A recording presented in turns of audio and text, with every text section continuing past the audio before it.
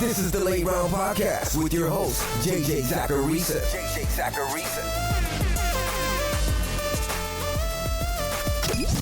What's up, everyone? It's JJ Zachariason, and this is episode 618 of the Late Round Fantasy Football Podcast, sponsored by FanDuel. Thanks for tuning in. If you listened to the show last week, then you know what today's episode is all about. Last week, I looked at a sample of stud NFL wide receivers, wideouts who have given us multiple seasons with 15 or more PPR points per game over the last decade.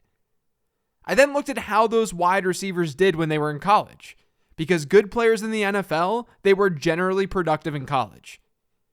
And then I started the comparisons. I looked at players in this year's draft class, and I compared their production profiles to the stud wide receiver production profiles.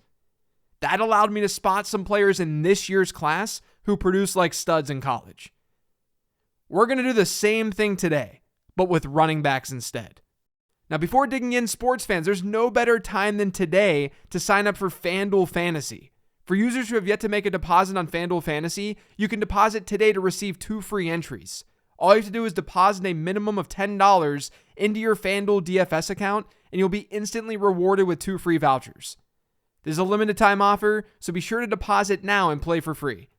Head over to FanDuel.com or download the FanDuel Fantasy app today.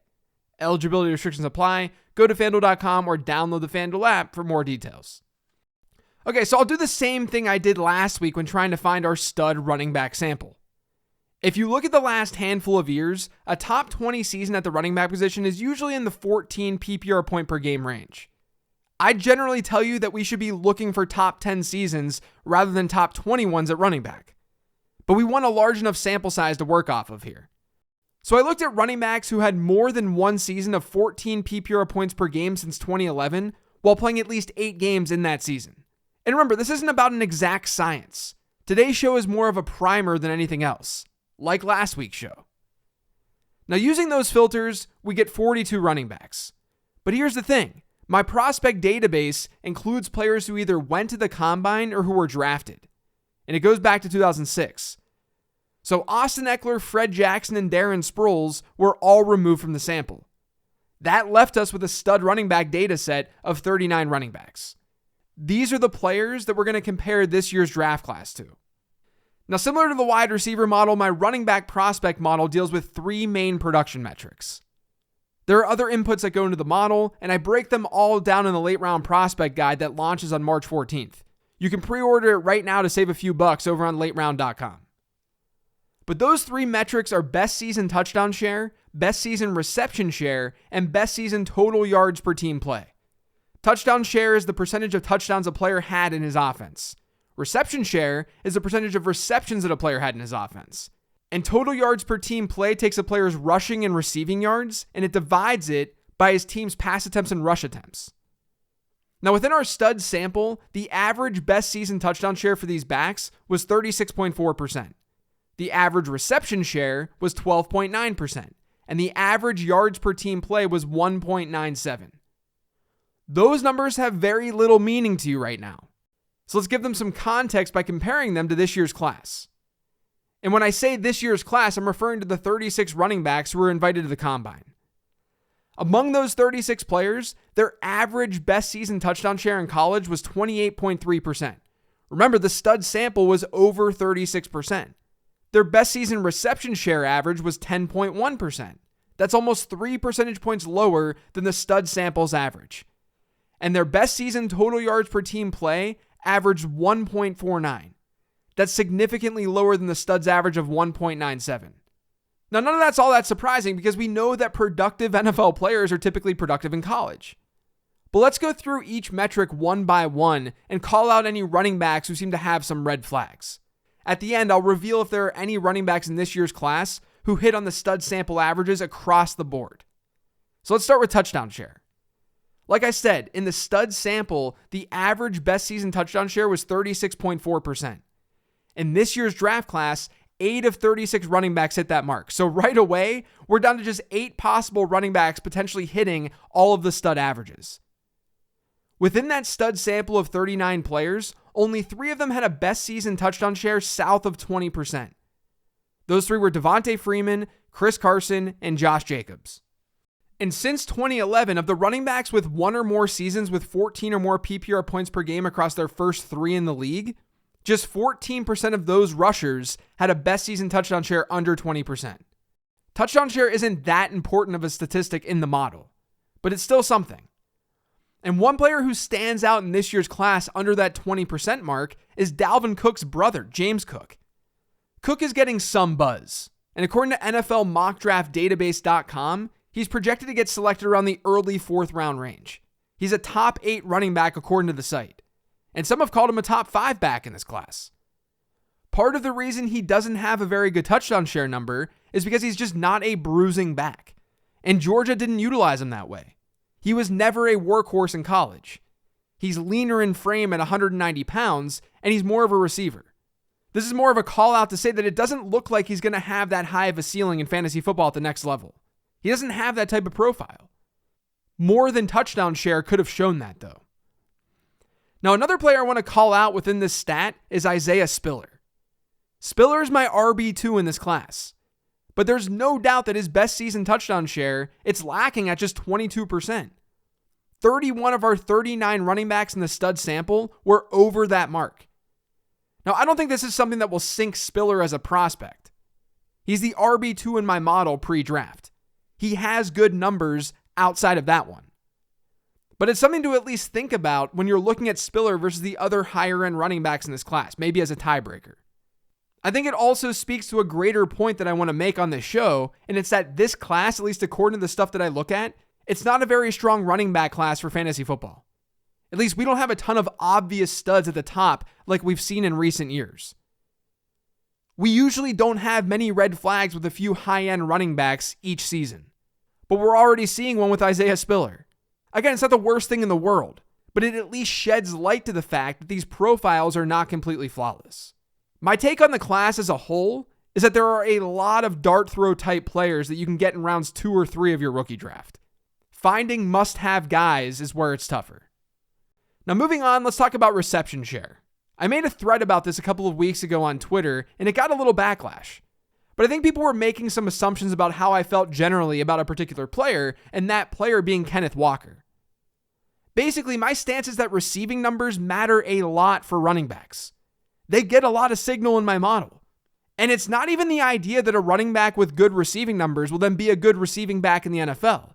It's more so that a running back with good receiving numbers in college, it shows versatility. And versatility means that his team is trying to get him the ball in different ways. And if that's the case, that's a sign of talent. Now, in the thread about this, I mentioned the following statistic. From 2011 to 2019, so players who have had a shot to play 3 years in the league, only 2 players, Jordan Howard and Chris Carson, hit 15 or more PPR points per game in a single season from years 1 to 3 with a sub 6% best season reception share in college.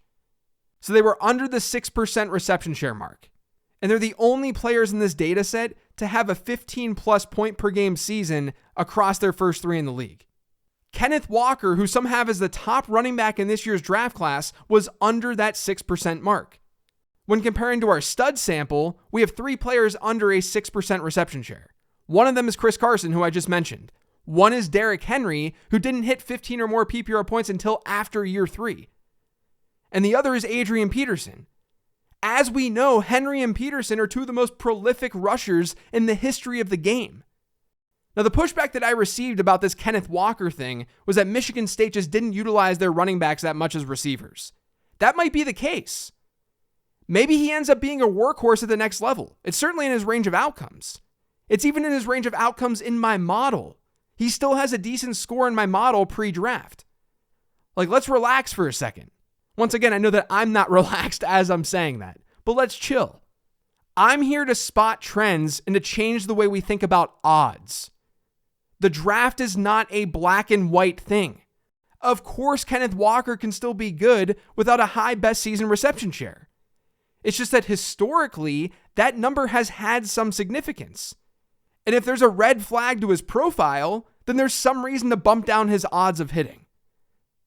Because here's the thing. I've heard this same logic in the past. We went through this exact same thing with Ronald Jones when he came out. I'm not saying those 2 running backs are comparable. I'm just saying we've heard this exact same excuse. And again, it's not to say that something absolutely can't happen. It's that we're playing odds with this stuff. And if you don't see it that way, that's totally fine. I might not be the right draft analyst for you, but I look at this stuff in terms of probability. Walker's likely still going to be my RB3 in this class when it's all said and done. He still has good marks elsewhere. And he has the right size for sure. It's not like I think that he's a bad running back, but there's no doubt in my mind that the receiving profile, that it's a red flag. I just don't interpret that to mean that he's 100% doomed. Now, Walker is by far the biggest name with a low reception share, but Dameon Pierce is another player to call out here. His best season reception share was just 7.2%, but a lot of trusted film people seem to like him. He's got a crazy BMI standing at 5'9" and weighing 220 pounds. He does have some uniqueness to his profile. Now, a big reason his numbers weren't better was because he was never a full-time back in college. Had he seen a higher backfield share, we wouldn't have these concerns. But that's the point. That's why there's correlation between production and volume in NFL success. Because if a player is very good, we generally see his team give him the ball a lot. Sometimes teams are very irrational. Like incredibly irrational. But just because they're sometimes irrational doesn't mean that we should just ignore this data. So Pierce does have some interesting aspects to his profile, but there are obvious red flags too. Now the last metric to look at today is best season yards per team play. The NFL stud average with this one was 1.97. And among the NFL studs, only Josh Jacobs and Chris Carson were under a rate of 1. Dameon Pierce once again doesn't get to that mark. He had a best season yards per team play rate of 0.87. Another player with a not so great rate is Zamir White. White was another piece of that Georgia backfield with the aforementioned James Cook. But unlike Cook, White's got more prototypical stud running back size. He dealt with injury throughout college. I'm expecting him to have a really good speed score too when the combine's all said and done. And that could really boost his draft capital. When we have split backfields like this, where we have multiple players who could be solid pros in one backfield in college, it's easier to forgive worse production profiles. Fortunately, the model is looking at more than just production, but it's at least something to keep in mind. I'm not saying this is close to the same situation, so don't take this the wrong way, but it wasn't long ago when we saw both Nick Chubb and Sony Michel come out of this same Georgia backfield, and they did it the same year, just like this. Okay, now for the fun part. Let's take the 3 averages in the stud NFL running back sample and see if any of the running backs in this year's draft class hit those averages. There's actually only one player who emerges when we do that, and it's not Breece Hall. It's Tyler Beatty out of Missouri. Beatty's best season numbers are really, really good. He had some production through the first 3 years of his college career, but his senior season in 2021 was where he really took off. In the model, he has a 46.2% touchdown share, an 18.1% reception share, and a yards per team play rate of 2.12. This is not to say that he's the best back in the class. As I've been saying, a lot of other things go into this model than just these production metrics. And he may end up not having the right size for the model. But according to NFLMockDraftDatabase.com, he's projected to go 146th overall in the draft. And that would lead to my model liking him a lot more than draft capital. So he's someone to watch. Now, if I loosen the filter restrictions a little bit, some more productive backs emerge. Breece Hall is in the running to be the top back in this class. I think he is the top back in this class. He missed the stud sample averages by just 0.5 percentage point and best season reception share. Meaning his numbers across the board are very, very good. And if he gets round 2 draft capital, especially if it's early round 2, he'll be in a good spot to be a 93rd, 94th percentile prospect in my model. But keep in mind, it's highly unlikely that any running back in this year's class is going to end up being a better prospect than what we saw last year in Najee Harris, Travis Etienne, and Javonte Williams. So this running back class is not as top-heavy as last year's was. But I do think it's a little bit deeper. Now, I have 3 more running backs that the model seems to like that came close to the stud running back thresholds. The first is Kyren Williams. Williams is another undersized back, but his 15% best season reception share is really good. And while he probably won't see as good of draft capital as someone like Walker, Hall, or Spiller, he should have decent draft capital still. He's an electric back. He's someone that you absolutely should be watching, especially for PPR formats. Now, Tyler Algier isn't that far off from Williams in my model, despite having worse projected draft capital. Algier doesn't have the size concerns that Kyren Williams has. And the only reason he wasn't mentioned as someone who hit every average the stud running back sample hit is because of an 11% reception share. But there's absolutely nothing wrong with that kind of reception share. My model does like Algier. Right now, with a lot of time to go, obviously, he's over that 80th percentile mark that I want running backs to hit. And then the last player is Rachaad White out of Arizona State. His best season yards per team play is 2.27. That's a top tier number. In fact, in my data set, over 40% of running backs who hit 2.2 in yards per team play, so even lower than where White's at, 40% of those running backs ended up giving us at least one season of 13 or more PPR points per game across their first 3 in the league. And here's the thing, White is currently projected to go 115th overall according to NFL Mock Draft Database. That 13 or more PPR points per game rate increases to 47% when looking at running backs who are drafted in the top 150. My model really likes Rachaad White. I just hope an NFL team ends up liking him too. Now, a lot can change between now and the draft. The NFL Combine can influence not just my model at the running back position, but where these players might get drafted. It can influence draft capital. So my opinions can change here. But I at least wanted to get this primer out there so we can all be in the right mindset for draft season. I really hope that this show and last week's show on wide receivers, I hope it helped you guys. That's going to do it for today's show, though. Thanks to all of you for listening. If you get subscribed to the Late Round Fantasy Football Podcast, make sure you are by searching for it pretty much anywhere podcasts can be found. And don't forget to follow me on Twitter at LateRoundQB. Thanks for listening, everyone. If you like this prospect talk, again, go to lateround.com, pre-order the prospect guide. It launches in a couple of weeks. Very, very excited for it. Otherwise, I'll talk to you later in the week with the Mailbag Show.